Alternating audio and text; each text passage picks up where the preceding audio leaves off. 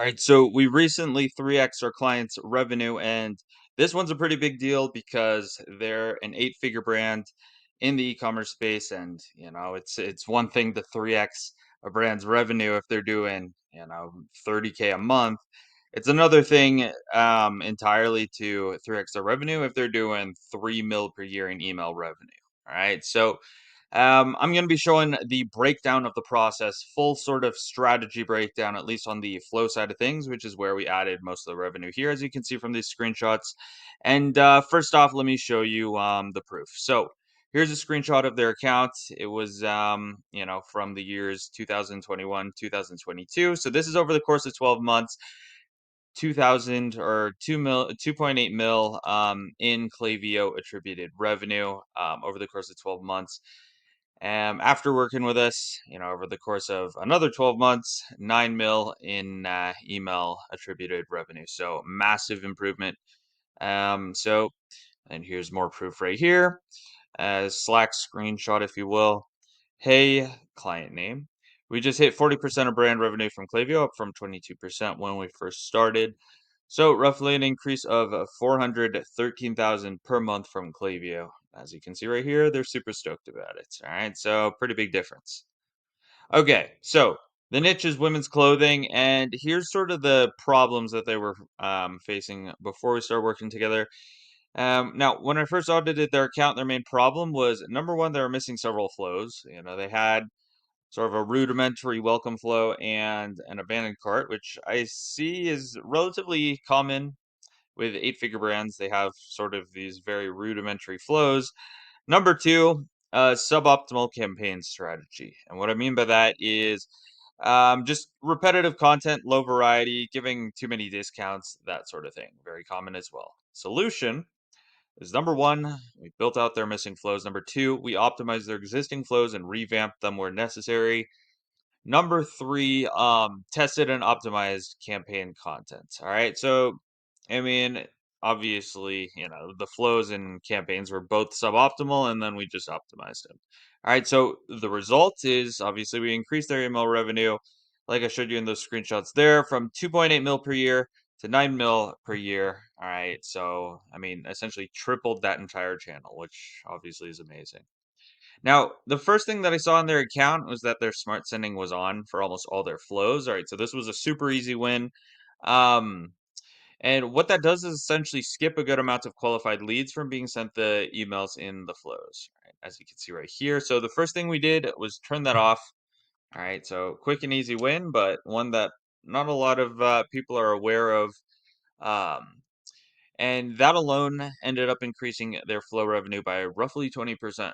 All right, just by clicking one button.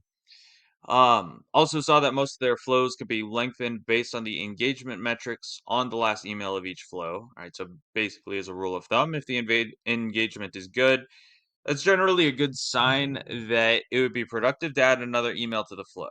Right now, obviously, you got to test it out, but in this case, we lengthened most of their existing flows and it worked, increased their revenue even further. All right, so here's the full breakdown of the strategy that we implemented for the top three best performing flows, because obviously the flows was the area that we improved the most, and most of the results came from these top three flows anyway. So we're gonna go over here. Welcome flow. Okay, so their existing welcome flow was decent, but it was mostly image blocks, which is suboptimal for deliverability. So what we did is we revamped it to include more live text, which, when you do that, it increases conversion rates on emails with discount codes, as people can copy and paste the code instead of memorizing it. If it's an image block, not only does that hurt deliverability, but, it forces them to memorize it. All right. Also, most of their welcome emails from their original flow were just product and sales based, right? Which, um, you know, it's better than having nothing, but it could also be annoying too. And it also doesn't maximize conversion. The main job of the welcome flow isn't just to sell, but it's also to educate, new subscribers and prime them to become customers in the future. So, we added more educational content about the brand and USPs. This obviously is very powerful because it's going to boost the conversion rate on subsequent emails, even outside of the welcome series. So things like campaigns, etc. And here was the final winning welcome flow content sequence for this particular brand. I'm not going to go too in depth here. I have other videos where I sort of break these down. But essentially, here's the stats: 200K from the welcome series, and then here's sort of the breakdown of the first few emails in that flow. All right, moving on. Alrighty, so abandonment series. All right, so here's what they were missing: site abandonment, abandoned carts, browse abandonment. All right, and their abandoned cart was actually set up as an abandoned checkout. So that's what I mean when I refer to abandoned carts, actually an abandoned checkout. So we set all these up and set up the first initial A/B test to start optimizing the performance of those flows. And there's relatively easy A/B tests you could set up that don't take a ton of manual labor and have a high ROI if you find a winning variation. So here's the optimal abandoned checkout flow structure. All right, a lot of people ask me about this, so I'll just reveal it here. Email one's going to be the reminder. Essentially what you want to do is just give a reminder without any offer. I see a lot of brands giving 10% right away on the abandoned checkout, which makes no sense. A certain segment of your people who abandoned checkout just simply forgot about the product, or just forgot that they were, like about to buy it. So you just need a reminder to convert them at full price. Um, and yeah, this is going to capture the people who are interested and ready to buy but got distracted. So to maximize conversion rate, you want this email to be as minimal as possible to maximize the reader's attention, on the dynamic products that they had in their cart. So that's where that dynamic product block comes in. All right, the call to action here. Obviously you want to have this as high up on the email as possible, and as large as reasonably possible, to maximize the amount of people who click through and end up purchasing. All right, email two is going to be a smaller discount plus supporting content. So what you want to do here is give a small discount to convert the segment to people who are interested in the product but want to feel like they're getting a special deal.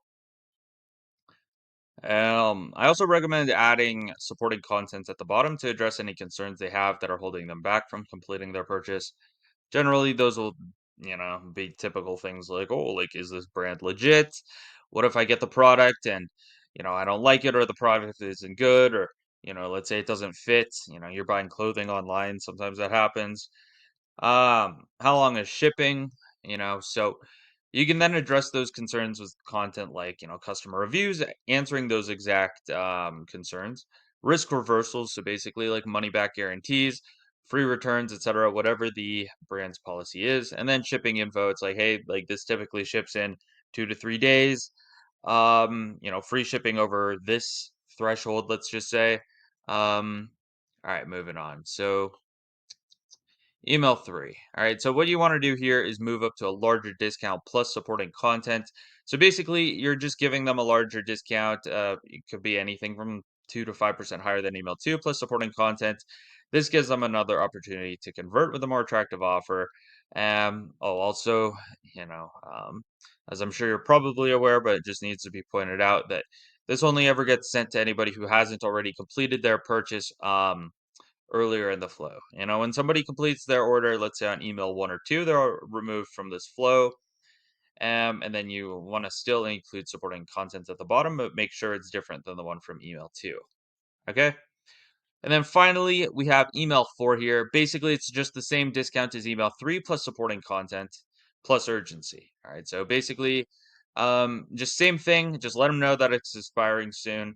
Let's say 24 hours or 4 hours, whatever, and you could test that out.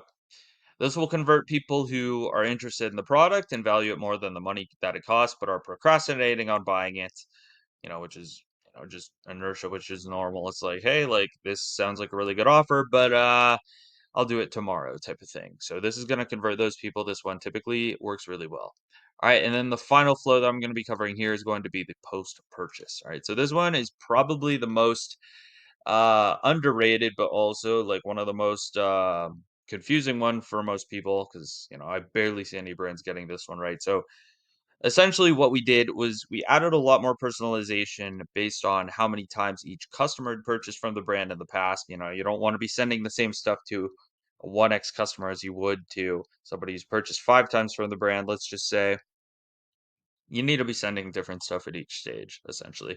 We also addressed the repeat customers that were not being sent anything. All right. So, yeah, they literally were only sending stuff to 1x customers. So, somebody is a repeat customer on their site. Let's say they purchased for the second time. They're receiving literally no email follow up. Like that, that is a huge waste of opportunity. All right. So, this was huge, obviously, by installing this for retention and increasing repeat purchases.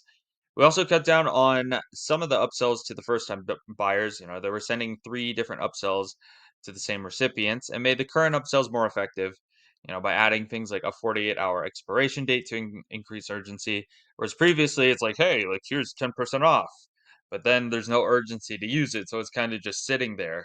So that's suboptimal. You definitely want to include urgency there. So yeah, that's basically it. Thanks so much for watching this breakdown here of how we took this brand from 2.8 mil per year to 9 mil per year in email revenue.